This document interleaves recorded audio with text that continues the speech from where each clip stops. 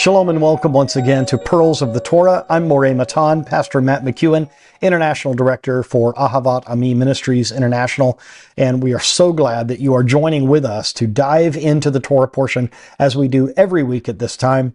Please subscribe to this channel if you've not done so already, and share this video on your social media platforms so that as many people as possible can benefit from this teaching that we do every week. Well, we are in the final Torah portion of the book of Bereshit, or Genesis, the Torah portion called Vayechi.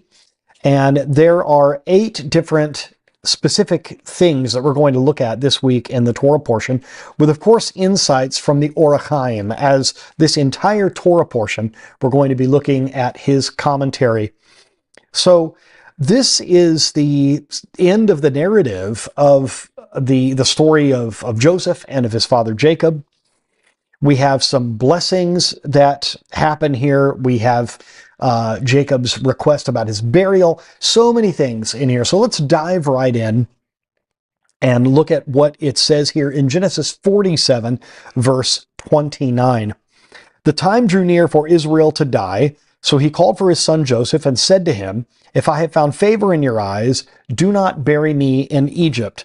This is obviously a big deal to Jacob. The Or HaChaim says this: Jacob's insistence on burial in Canaan underscores his profound connection to the covenantal promises given to Abraham and Isaac.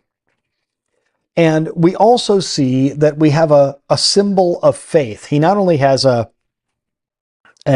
request to honor the promise of the land, but a symbol of faith. By refusing a final resting place in Egypt, Jacob demonstrates unwavering belief in God's plan that the land of Israel is the ultimate heritage for his descendants. It's interesting to me that although different circumstances happened in Jacob's life, the connection to the land stayed with him. Just because conditions changed on the ground, so to speak, his family came down into Egypt and then was given the land of Goshen there, the good land. Even though this happened, it didn't deter him from his initial acceptance of the promise of God to his grandfather and father, and then by extension to him. It was very important to him to be buried in the place of his fathers. And I think this is something that is very honoring, and I think it carries on the blessing in the lives of his descendants. Let's now look at point number 2 of Ephraim and Manasseh as they are elevated to tribal status. This is something we looked at in the Rashi Nash this week, my wife Kara and I. We looked at the blessing of the children and how Ephraim and Manasseh are elevated to be part of the 12 tribes. If you look at the 12 sons of Israel, we see that included in there is Levi and Joseph, but taking their places are Ephraim and Manasseh. Now it says there in Genesis 48:5, "And now your 2 sons who were born to you in the land of Egypt shall be mine. Ephraim and Manasseh shall be mine like Reuben and Simeon." So Jacob has the authority to give these blessings to Ephraim and Manasseh because he, in effect, adopts them here as he is about to die. Now, something that is interesting is the crossing of the hands, and we'll get to that in the next point. And I just think it's interesting that Ephraim and Manasseh are like the double portion for Joseph.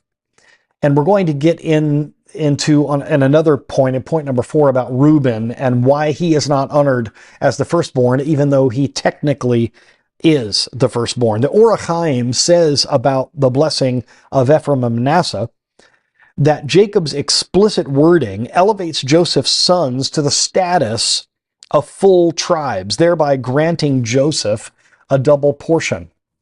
This, of course, is interesting. This is usually what is reserved for the firstborn. Joseph, of course, is not the firstborn, but he is, as we've talked about in Pearls of Torah in previous weeks, the firstborn of the wife that he really always wanted. We also see not just the adoption into the 12 tribes, but a spiritual continuity According to the Or HaChaim, this act ensures that Joseph's spiritual legacy merges seamlessly with the collective destiny of Israel, despite being born in a foreign land. I think that is a beautiful statement. You know, no matter where we come from, so to speak, the Lord has a place for us. He has a blessing for us. As I mentioned just a few moments ago, there is a crossing of the hands. Joseph places Ephraim and Manasseh in a certain position so that Jacob will bless them in a certain way. However, we see in Genesis 48:14, Israel stretched out his right hand and laid it on Ephraim's head, though he was the younger, and his left hand on Manasseh's head. So he crossed his hands, putting his right hand on the younger and his left hand on the older. Normally this would be reversed. And if you'll remember in the text, in the Torah, Joseph tries to correct his father, says, no, father, you're doing it wrong. You have them in the wrong position. This is the older and this is the younger. But Jacob knew what he was doing. And it is very interesting that Jacob himself is the younger that the older brother, Esau, would serve. So we see sort of a continuing of this, the way that the Lord does things different than man does. Now, the Or HaChaim talks about two things here. Number one, divine foreknowledge. Jacob's crossing of hands signifies prophetic insight into Ephraim's future prominence.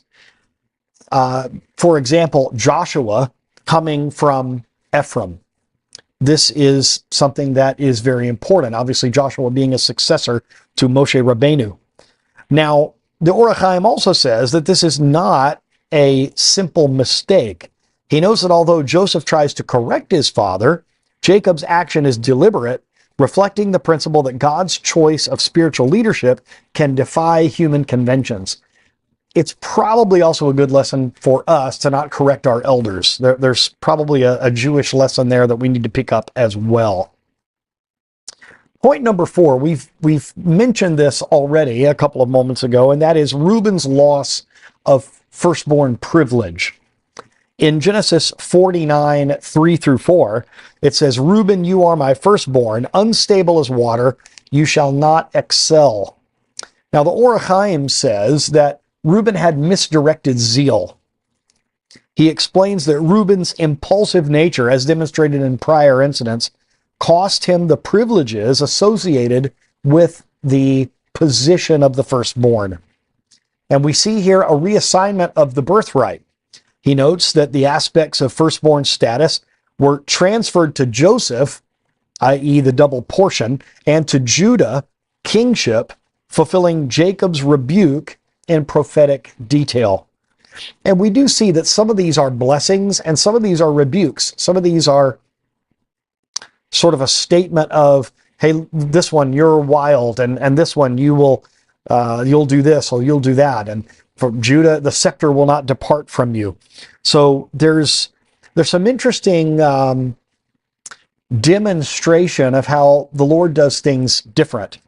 Now, it would be easy for us as humans in our carnal thinking to think that the Lord does things backwards sometimes.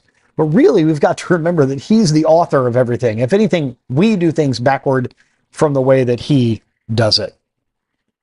We also see in Genesis 49:8 that Judah has a royal destiny. Judah, your brother shall praise you, and your hand shall be on the neck of your enemies. The Or HaChaim has a couple of things to say about this. Number one, he references eternal leadership. The Or HaChaim emphasizes that Jacob's blessing designates Judah as the source of Israel's monarchy. And don't we see this? We see King David coming from the line of Judah.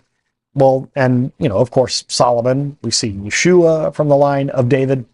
Now, it is interesting, and we'll get there at a later time, but it's interesting that Shaul, the first king of Israel, was not from Judah, but was from Benjamin. And there are reasons for that we won't get into right now. But we see, starting with David, We see this line of Judah, this bloodline coming down. And also we have talked about that this is a result of a blessing that the Lord gives Judah for, as in we saw in last week's Torah portion, him being a guarantor for Benjamin, him standing in the place, him being sacrificial and giving himself in the place of his younger brother. Because of that, self-sacrificing, we see the honor of kingship going to Judah. So Jacob's blessing designates Judah as the source of Israel's monarchy, but also we see moral kingship. He adds that Judah's demonstrated repentance in the Joseph narrative made him worthy of carrying the lineage of Davidic royalty.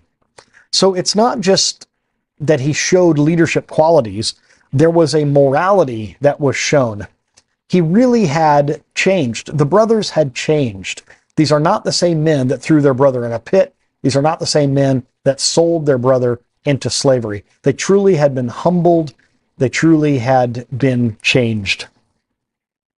Number 6, we see Joseph's unique blessings in Genesis 49, 22 through 26. The text says, Joseph is a fruitful bough. The blessings of your father are mighty beyond the blessings of my parents. This is huge. And I think not only with rabbis, with teachers and students, but with parents, we long for our children to surpass us. We long for our children to be more blessed than we were or that our parents were. We always want there to be an ascending. And the same is true in spiritual leadership. The teacher wants the student to excel even past their own level, to ascend higher in spirituality and in holy consciousness, higher than the teacher. The Or HaChaim says that he will be fruitful despite hardship. He underlines Joseph's ability to flourish spiritually and materially, even under Egyptian captivity. And this is why we look at Mashiach ben Yosef, the Messiah son of Joseph, as being son of Joseph, as having these qualities that Joseph had, this holiness under duress, under stress, under persecution, under false imprisonment, false accusation. This is all part and parcel of what later is demonstrated in Yeshua. We also see surpassing blessings. Jacob's words convey a special favor upon Joseph, extending to future generations, as mentioning by name Ephraim and Manasseh, reaffirming the elevated status within the tribes. Now, what's interesting is there's such an elevated status of Joseph and here of his sons that Jacob even says that you will, talking about us, the future generations will bless your sons, bless their sons by saying, may you be like Ephraim and Manasseh.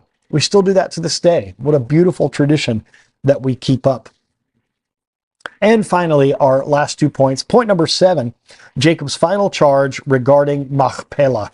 This is the cave, of course, that was purchased as a burial spot. And it says there in Genesis 49, 29, and 30, then he commanded them and said, I am gathered to be with my people. Bury me with my fathers in the cave, which Abraham bought. And we remember this from weeks and weeks ago, that Abraham bought this cave. He didn't allow it to be given to him. He wanted it to be all on the up and up and to be honest and fair, and wanted there to be an accounting, wanted there to be receipts, so to speak. And this is very important so that the future generations couldn't make any accusations. He bought it. He paid a good price. The Or HaChaim says that this is a covenantal burial. He notes that Jacob's meticulous instructions ensure alignment with the heritage site of the patriarchs and matriarchs, reinforcing the spiritual bond with Abraham and Isaac. There is a lot made in this society today, in the secular society of the world, about tearing down the patriarchy. There's a lot of talk about this. We make no apologies that Judaism is a patriarchal religion. The matriarchs are important as well, but we pray like in the Avot. Those of us that are more traditional will pray in the merit of Abraham, Isaac, and Jacob. Of course, the Reform movement in Judaism adds the matriarchs as well. This is not to discount the matriarchs or to downplay their spiritual authority or their power or their influence or their merit. Not at all. But there is a system by which God has set up a chain of command, so to speak. There is this idea of the man being the head of the household. That is simply a biblical thing. It's not to be lorded over the wife or the children or anything like that. We see even in the Brit Hadashah, we see that the people, the couple, the married couple is enjoined to submit to one another, but also for the husband to lay down his life as the Messiah has laid down his life for his congregation. So there is not a misogynistic thing that's happening here, but it is a patriarchal system. That's just the way that it was set up. And again, we make no apologies for that. We also see a foreshadowing of the redemption. This act of saying, let me be buried with my fathers and mothers, this symbolizes a future exodus from Egypt and a return to the ancestral land, linking burial in Machpelah to the ultimate redemption promise. Look at this. Just as Jacob is going to exit Egypt, and Joseph as well, we see the bones of Joseph being brought out in the Exodus. Just as Jacob is leaving and having his own Exodus, as Joseph does, so the whole Jewish people have the opportunity to have an Exodus, even though only a small percentage actually go. And when we get into Sefer Shemot, into the book of Exodus, we'll see that. And we could ask ourselves, why in the world, if you were enslaved and you had an opportunity to leave, why wouldn't 100% of the Jewish people leave Egypt? But that is a discussion for another time.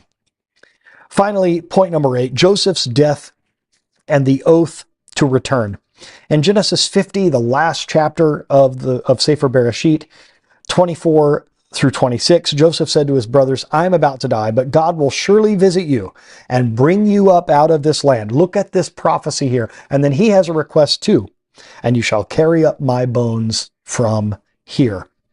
The Or HaChaim says that this is evidence of confidence in divine visitation. He emphasizes Joseph's unwavering conviction that God would fulfill his promise to the patriarchs by redeeming Israel from Egypt. This is prophetic. And also there is a symbolic hope at work here, as Joseph's request for his bones to be carried out of Egypt parallels Jacob's desire, which unites father and son in their trust that Israel's destiny lies in the promised land. Their final resting place was not to be in the land of exile, but in the land of promise, in the land of Israel. This is something that is so important. And even today, being buried in Israel is a big deal in the Jewish community. And for those buried in Israel, being buried on the Mount of Olives is the top, the chief place where the Messiah is going to touch down on earth. So there is this desire, this connection. Allow my bones to be in the Holy Land. I hope that this study this evening has been a blessing to you. Thank you so much for joining us every single week as we look at the pearls of the Torah.